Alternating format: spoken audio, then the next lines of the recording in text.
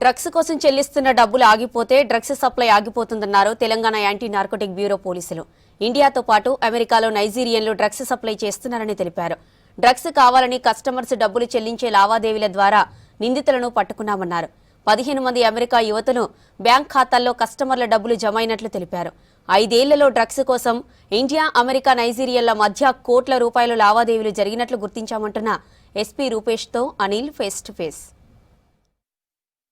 Telangana anti narcotic bureau వాళ్ళు మరో భారీ డ్రగ్ ముఠాను అయితే పట్టుకోవడం జరిగింది. ఇందులో 13 మంది నిందితులుగా ఉండగా దాంట్లో 3 అయితే ప్రస్తుతం అదుపులోకి తీసుకోవడం జరిగింది. ప్రస్తుతం మనతో పాటు మాట్లాడడానికి anti narcotic bureau SP Rupesh గారు ఉన్నారు. వాళ్ళతో మాట్లాడే ప్రయత్నం. సార్ చెప్పండి, మొత్తం ఎంతమందిని మీరు అదుపులోకి తీసుకోవడం జరిగింది?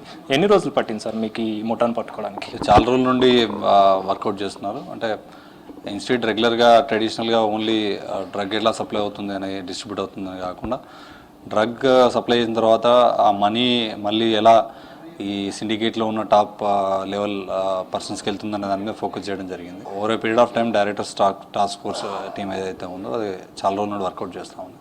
సో రీసెంట్లీ మిగతా అన్ని డీటెయిల్స్ అన్ని చేసిన తర్వాత వీఆర్ ఏబుల్ టు కొంతమందిని పట్టుకోవడం జరిగింది. వాళ్ళని విచారిస్తే దానిలో ఉన్న డీటెయిల్స్, ఎలా మనీ అనేది వివిధ డిఫరెంట్ అకౌంట్స్ నుండి మెయిన్ సప్లయర్ దగ్గరికి వెళ్తుంది అనేది ఈ కేసులో ఐడెంటిఫై చేశాం. ఓకే, అంటే ఇందులో మనీ లాండరింగ్ కూడా పాల్పడ్డారని చెప్పేసి మీరు చెప్తున్నారు.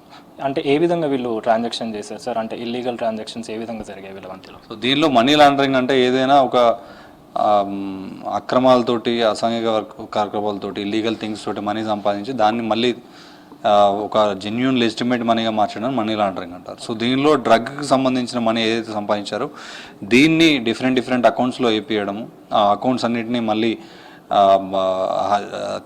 బాంబేకి పంపించడం డబ్బులు, అక్కడ క్యాష్ డ్రా చేసి అక్కడ మళ్ళీ కొన్ని టెక్స్టైల్ బిజినెస్ అని కొన్ని వస్తువులు కొనడం, ఆ వస్తువుల్ని నైజీరియాకి ట్రాన్స్పోర్ట్ చేయడం.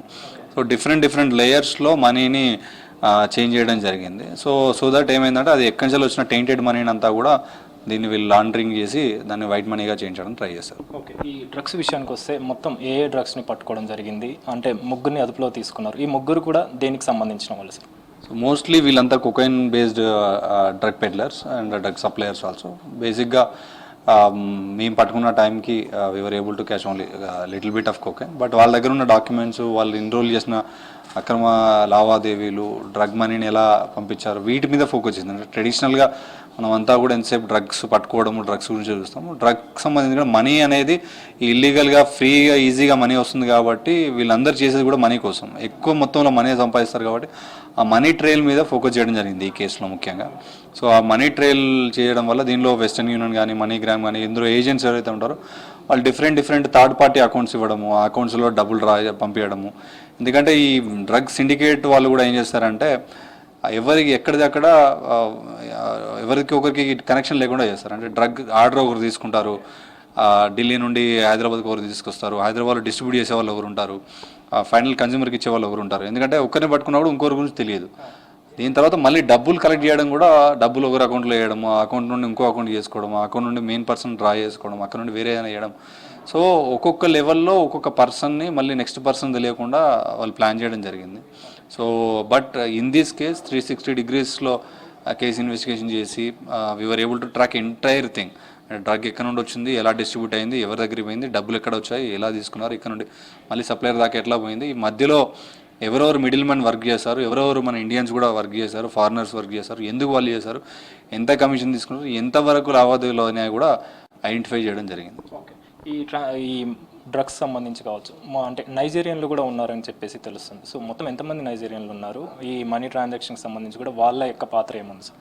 సో బేసిక్గా ఇదంతా కూడా సిండికేట్ నడిపించేది ఎబుకా సూజీ అని. ఇతను ఆల్రెడీ తెలంగాణ పోలీసు వాళ్ళు అరెస్ట్ చేశారు లాస్ట్ ఇయర్. అంతకుముందు జైలు నుండి బెయిల్తో బయటకు వచ్చిన తర్వాత వీఆర్ సస్పెక్టింగ్ దట్ అని ఇక్కడ లేడు, ఫారెన్లో ఉన్నాడు అనుకుంటున్నాం. సో అతను ఆర్డర్ తీసుకున్న తర్వాత వాళ్ళ నైజీరియన్స్ తోటి డ్రగ్ డిస్ట్రిబ్యూషన్ అనేది చేస్తున్నాడు. డ్రగ్ డిస్ట్రిబ్యూషన్ అంతా నైజీరియన్స్తో చేసిన తర్వాత, ఎందుకంటే అనుమానం రాకుండా, దాని తర్వాత మనీ సర్క్యులేషన్ కానీ, మనీ కలెక్షన్ కానీ ఖచ్చితంగా వాళ్ళకి ఇండియన్ సపోర్ట్ కావాలి. సో ఎవరైతే ఈ మధ్యలో మిడిల్ మ్యాన్ ఉంటారో, ఈ ఫారిన్ ఎక్స్చేంజెస్లో పనిచేసే వాళ్ళు ఉంటారో వాళ్ళ దగ్గర నుండి కమిషన్ ఎక్కువ చూపించేసి ఈ మనీని ట్రాన్స్ఫర్ చేయడం జరుగుతుంది. ఓకే, ఈ నైజీరియన్స్ విషయానికి వస్తే వీళ్ళు ఎప్పటి నుంచి ఇక్కడ ఉంటున్నారు సార్ దీనికి సంబంధించి?